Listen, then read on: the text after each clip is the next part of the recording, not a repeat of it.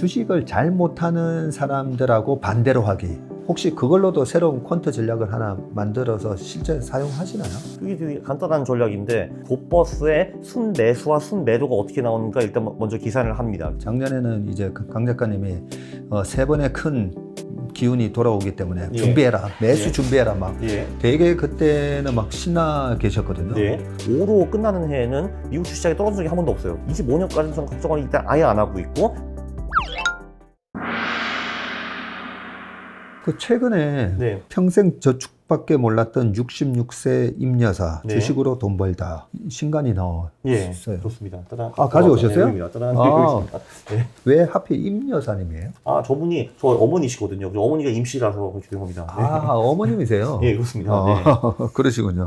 아, 어머님도 주식 안 하셨네요. 그러니까 그 전에 그냥 제가 퀀트 종목 뽑아가지고 드리기만 했습니다. 그럼 어머님이 그냥 무지성으로 사고 팔기만 하셨거든요. 네. 근데 이제 한번 의뢰도 하셨고 하니까 제대로 한번 배워보자라고 저한테 제안을 하셔가지고 제가 그 수업을 하면서 그 수업 내용을 저 책에 적은 겁니다. 그래요? 예. 근데 어머님이 제대로 한번 배워보자라고 하셨다는 말은 네. 그래도 우리 아들 얘기 듣고 하라는 대로 했더니 수익이 낮기 때문에 하시는 거라고 볼 수 있겠네요. 당연하죠. 네. 네. 근데 이제 그때 제가 어머니의 자질을 본 거는 네. 일단 사실 거 다 사셨고, 그리고 그 손절도 잘 하시더라고요, 또. 네. 저는 거기서 이 투자자의 재질을 판단을 합니다. 네. 그래서 이 핑계 저 핑계 대고 손절 못하는 사람은 보통 투자를 그렇게 엄청 잘할 수 없다라고 저는 보는 사람이고요. 네. 근데 돈을 자기가 잃고도 손절을 할 수 있는 사람은 이 사람은 무한한 발전의 가능성이 있구나라고 생각하는 사람입니다. 나이와 상관없이요. 네.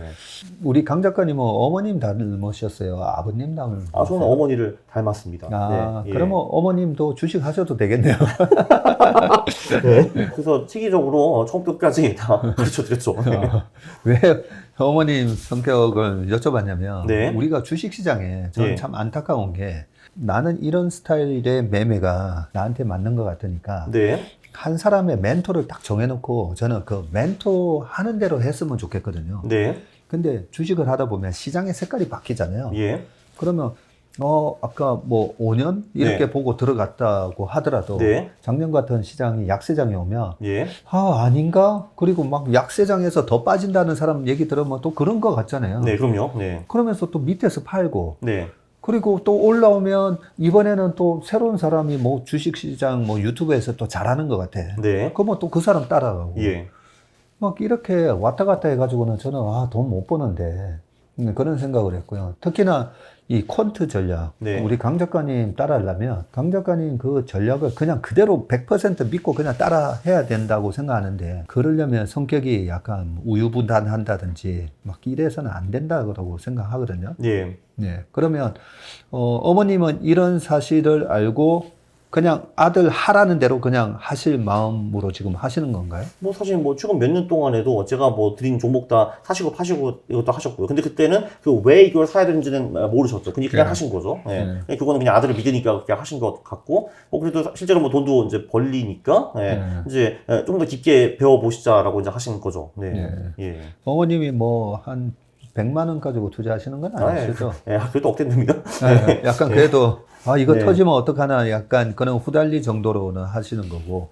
그죠. 예. 예. 지금은 사실 이제 부동산 자산도 좀 있으신데, 사실 저는 모르겠어요. 그게 이제 계속 그걸로 가져가실지, 뭐 그거를 축소하실지 그건 모르겠는데, 축소하시면 이쪽으로 당연히 좀 더 많이 넘기시겠죠. 지금 저축밖에 안 하다가 주식 시장에 뛰어드신 분들이 너무 많아요. 네. 지금 주식 계좌가 한 1,400만 계좌. 예. 그리고 삼성전자만 600만 오, 네, 예. 갖고 계시니까 그런 분들이 우리 강 작가님 같은 이런 퀀트 전략에도 많이 관심을 가지실 걸로 생각이 드는데 그러면 우리 임 여사님 네. 어머님한테 제일 강조하셨던 부분은 어떤 부분인가요?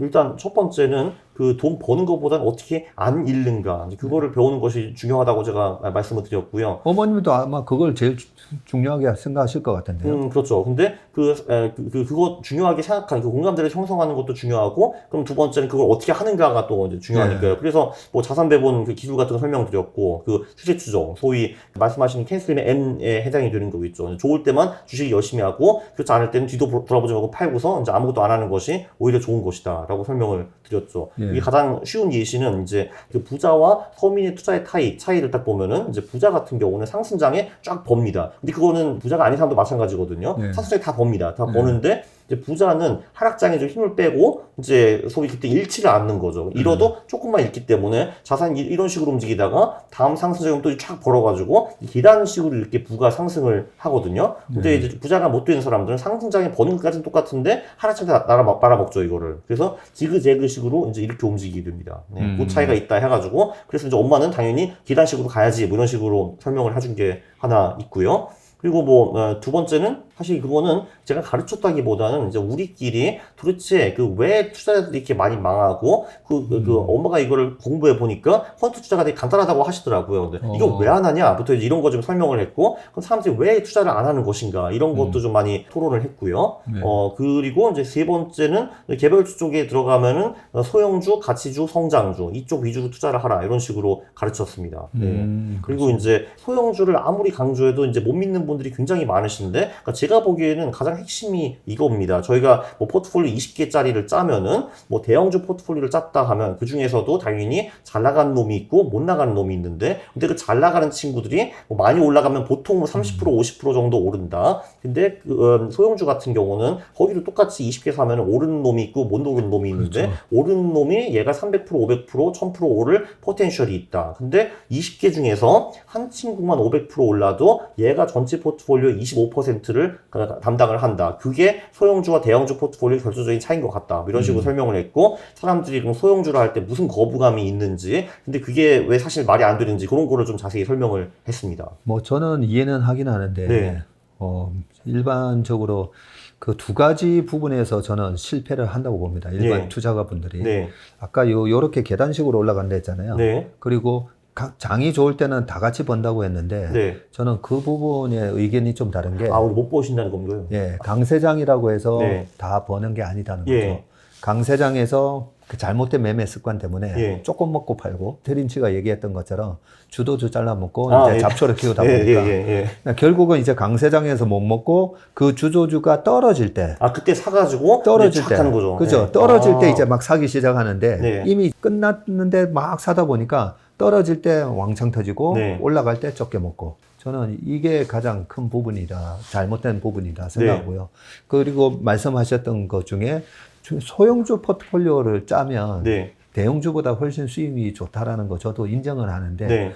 대부분의 투자자들이 소형주 쫙 20종목을 샀다면 네. 그 중에서 분명히 1년 안에 100%, 150% 나는 종목들이 막 4종목 나오잖아요. 네. 근데 이걸 밑에서 다 잘라 먹어요. 네. 네.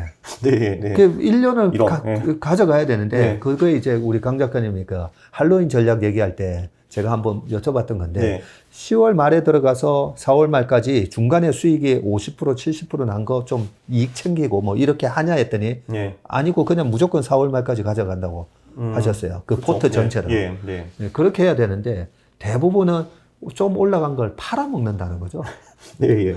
그리고 그 20개 중에는 마이너스 50, 마이너스 뭐 60도 있을 거잖아요. 그렇죠. 거기는 모셔가는 거죠. 그걸 또 모셔가는 내년까지. 네. 그래서 저는 이 두 가지를 극복하지 못하면 네. 아무리 어떤 전략을 해도 저는 주식으로 돈은 벌기 힘들다고 보거든요. 그 말씀하신 거 들어보니까 사실 진짜 20년, 21년에 돈을 못 벌었다는 사람들이 사실 꽤 있네요. 제 주변에서도.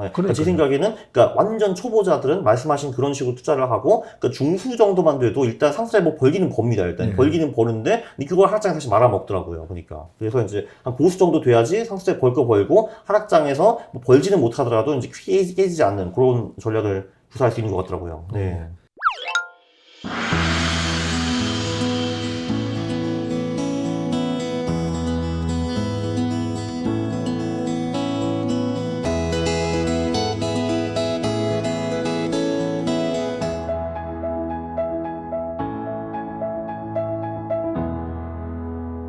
그러면 지금 7월 초인데 네. 하반기 뭐 어떤 전략 아까 그냥 정적 자산 배분 네. 그 동적, 포트 네. 동적 자산 배분 네, 두 둘다 가지 합니다. 전략이요? 정적, 동적 다 하고 7월에 일시적으로 좀 들어갔다 빼는 전략도 하나 있고요. 네. 네. 그러면 코인 좀 10월에 하고요. 들어갔다가 네. 빼고 하는 거는 네. 동적에 해당될 거고 정적은 그냥 가만히 있는 거예요? 정적은 그냥 그 비중만 놓고 가만히 있는 전략이고, 그 사실 또 동적과 7월 전략은 또 다릅니다. 7월 전략은 정말 무식하게 코스피 지수를 사고 7월 말에 파는 전략이고요. 그냥 한 달짜리네요? 네, 한 달짜리죠. 그냥 한 달짜리고, 그 동적자산 배분은 그 계속 지속이 되기는 하는데, 매월 들어가는 비중이 달라집니다. 그것들은요. 네. 사실 미국 S&P 500 같은 경우는 이제 이번 7월에 들어왔는데요. 그전에는 없었습니다. 네. 4월, 5월, 6월에는 없었죠. 이 친구가. 없었다가 이번에 S&P 500을 7월에도 네.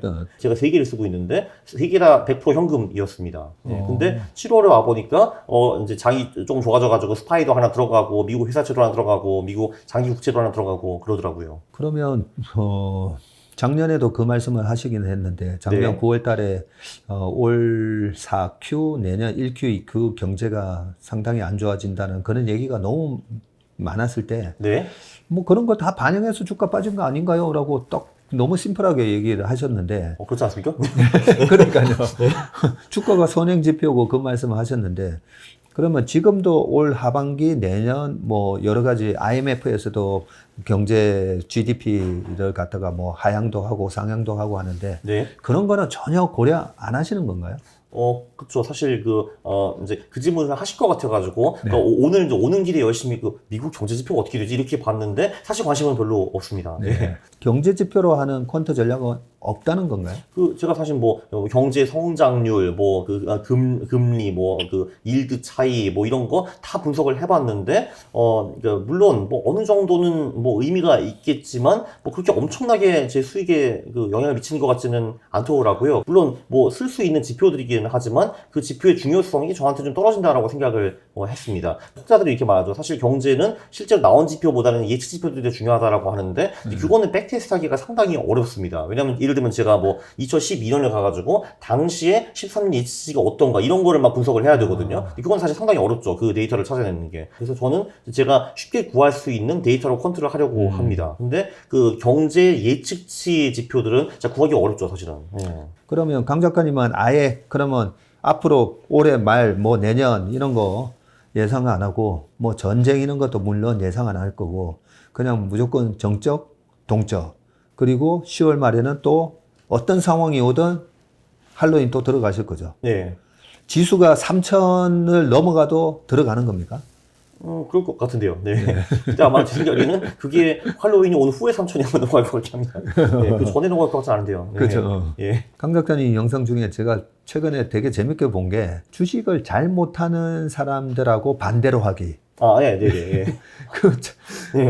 거기다가 이제 바보들과 반대로 하기라고 했다가 이 바보는 이제 지우셨는데 그 얘기를 하시면서 했던 게 우리나라에서 고버스에 대한 투자자가 많아지면 많아질수록 시장은 반대로 가니까 그 반대로 하는 전략이 참 유용한 것 같다라고 하셨는데 혹시 그걸로도 새로운 퀀트 전략을 하나 만들어서 실제 사용하시나요? 그게 되게 간단한 전략인데 최근 10일, 20일, 60일, 120일 동안에 그 곧버스의 순매수와 순매도가 어떻게 나오는가 일단 먼저 계산을 합니다. 그거는 굉장히 쉽습니다. HTS에서 전부 다 엑셀표를 뽑아볼 수가 있거든요. 그래서 누구나 할 수 있는 일이고 그러면은 개인들의 10일, 20일, 60일, 120일의 순매수가 모두 순매수이다 하면은 개인들이 곧버스를 많이 샀다라는 겁니다. 네, 그러면은 보통은 장이 오르죠. 그들이 하락에 베팅을 했으니까요. 그러네요. 네. 그때는 들어가는 거고요. 또 시간이 지나면은 개인들이 10일, 20일, 60일, 120일 기준으로 곧버스를 순매도하는 순간이 언젠가 옵니다. 네. 그래요? 그러면은 그들이 곧버스를 팔았다는 거고 그럼 그들이 상승장에 배팅을 한다는 거니까 이제 우리는 하락장에 배팅을 하는 거죠. 인버스를 사가지고 이제 그 전략이 있습니다. 쓰기 좋아요. 네. 그래서 그 영상을 보면서 왜 이런 전략이 먹힐까라고 생각해봤더니 그게 어떻게 보면 빅스랑 아니면 푸콜 레이쇼와 같이 약간 피어 인덱스, 공포 지수랑 거의 비슷한 개념인 거죠, 그러면.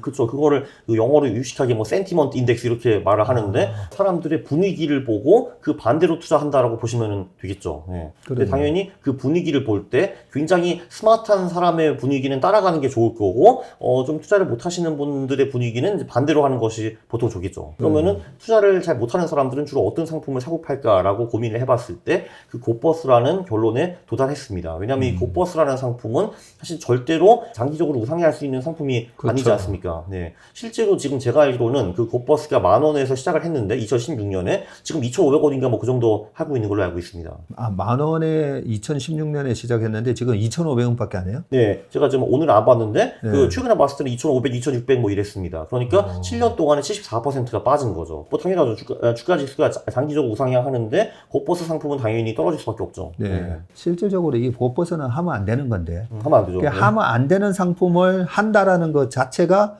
주식을 못하는 사람이다라고 이렇게 딱 규정을 하는 거죠. 그러니까 물론 그 곧버스를 사고 파는 사람이 타이밍을 기가 막히게 잘 맞춰가지고 일시적으로 그 하락장일 때 그거 사서 벌 수도 있는데 근데 그 현실적으로 생각해서 그거를 사는 개인들이 그렇게 대단한 마케팅을 잘하는 사람이겠느냐 저는 아마 99% 확률로 아니라고 네. 보는 겁니다 그냥. 네. 저도 뭐 비슷한 생각이긴 한데요. 네.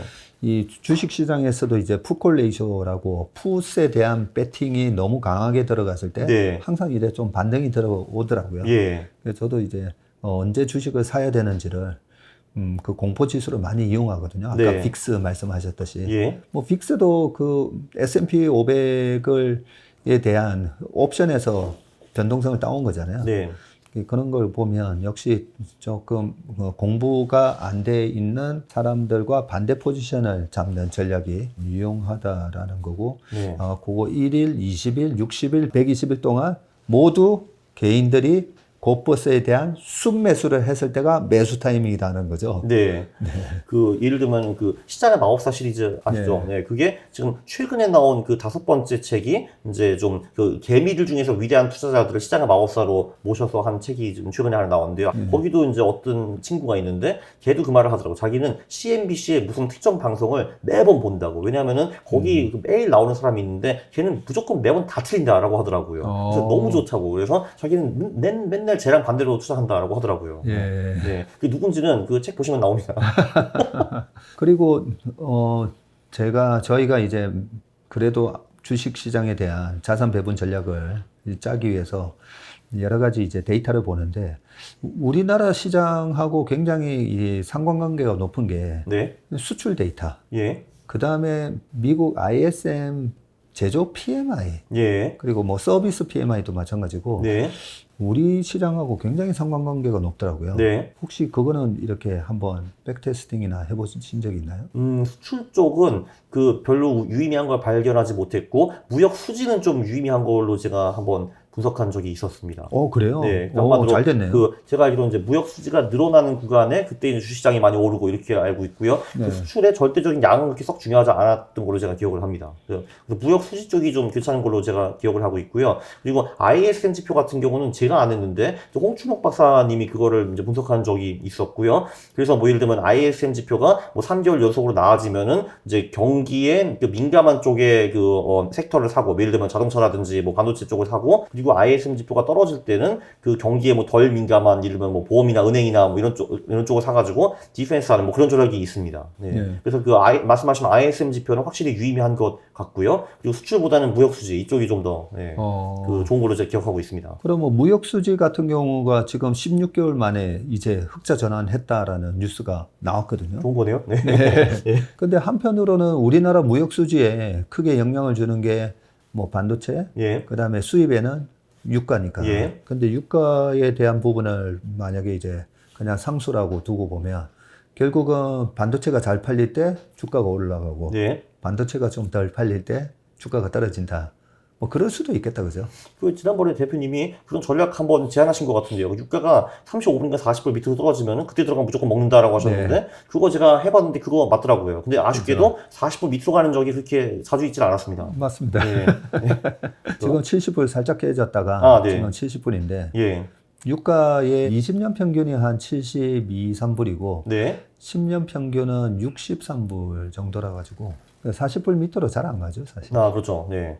그러면 지난번 작년하고는 좀 다른 게 작년에는 이제 강 작가님이 세 번의 큰 기운이 돌아오기 때문에 예. 준비해라, 매수 예. 준비해라 막 예. 되게 그때는 막 신나 계셨거든요. 네.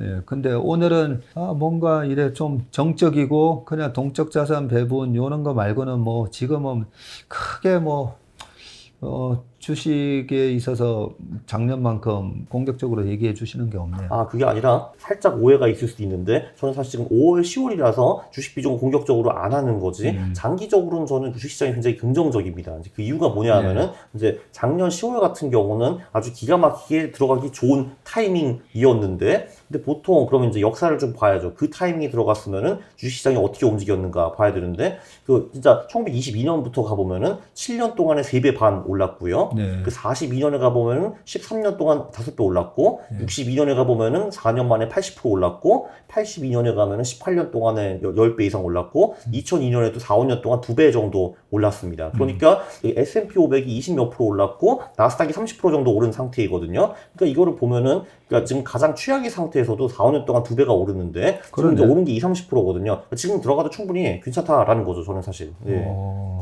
물론 22년 10월에 들어가는 게 가장 좋았기는 하겠지만 뭐 그거 놓쳤어도 뭐 전혀 지금 문제가 없다라는 거고 저는 몇 년 동안은 장을 낙관적으로 봅니다. 네. 예, 그리고 또 그게 있더라고요. 그 5로 끝나는 해에는 미국 주식시장이 떨어진 적이 한 번도 없어요. 그것도 재밌더라고요. 아, 그래요? 예.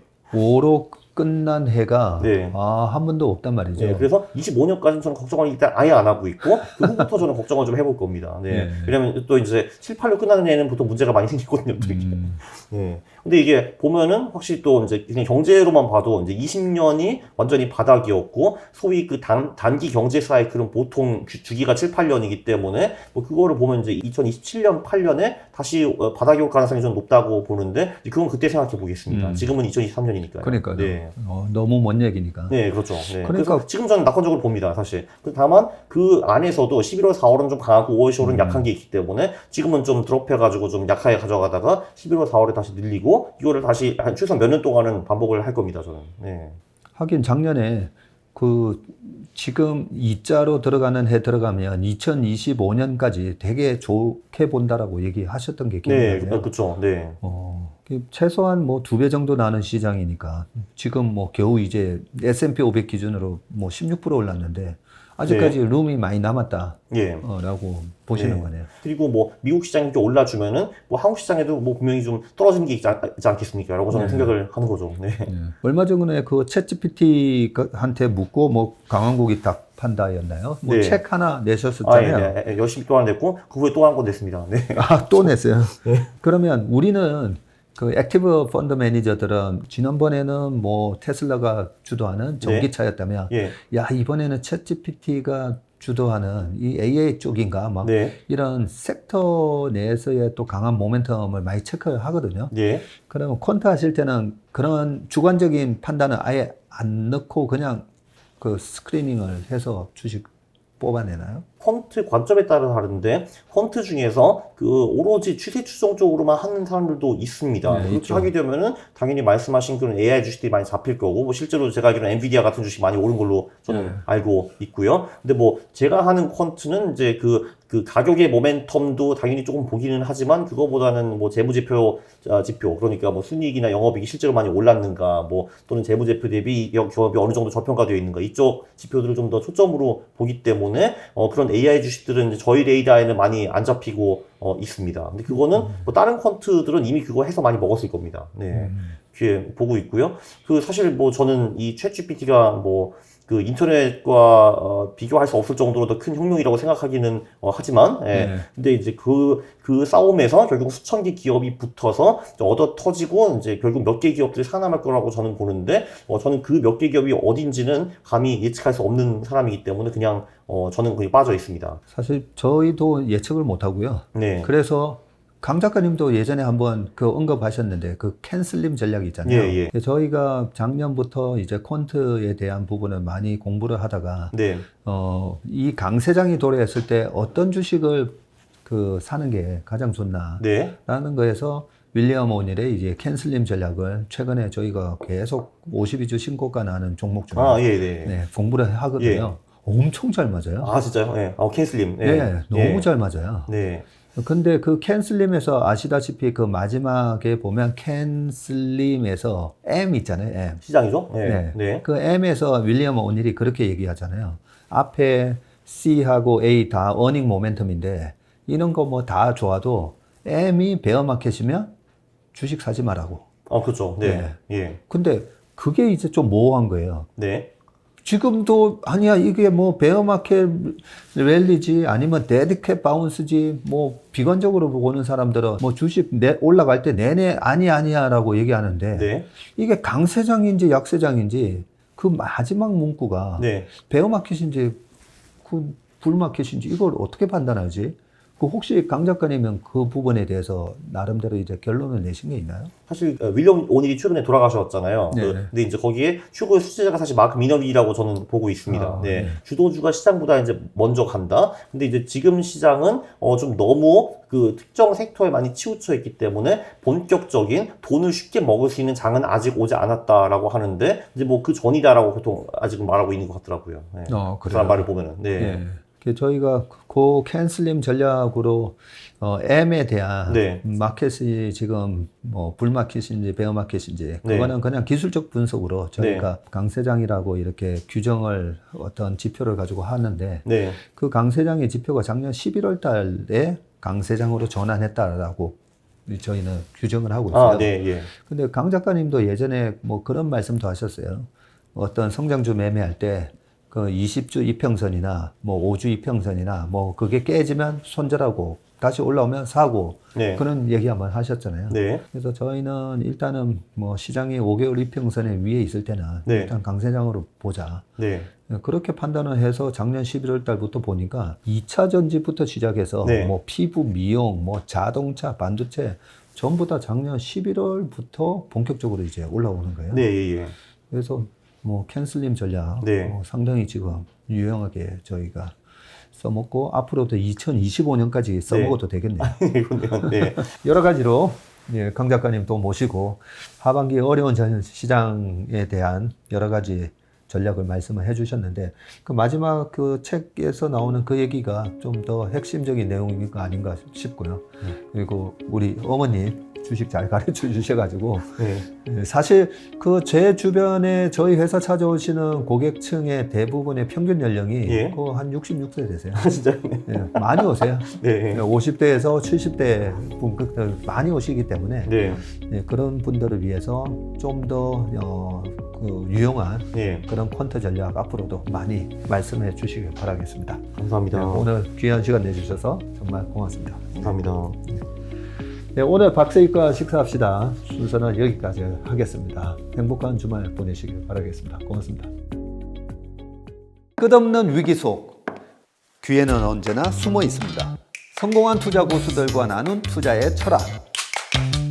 다가올 기회를 잡아내는 부의 만찬으로 여러분을 초대합니다. 푸짐하게 한 상 차려놓았습니다.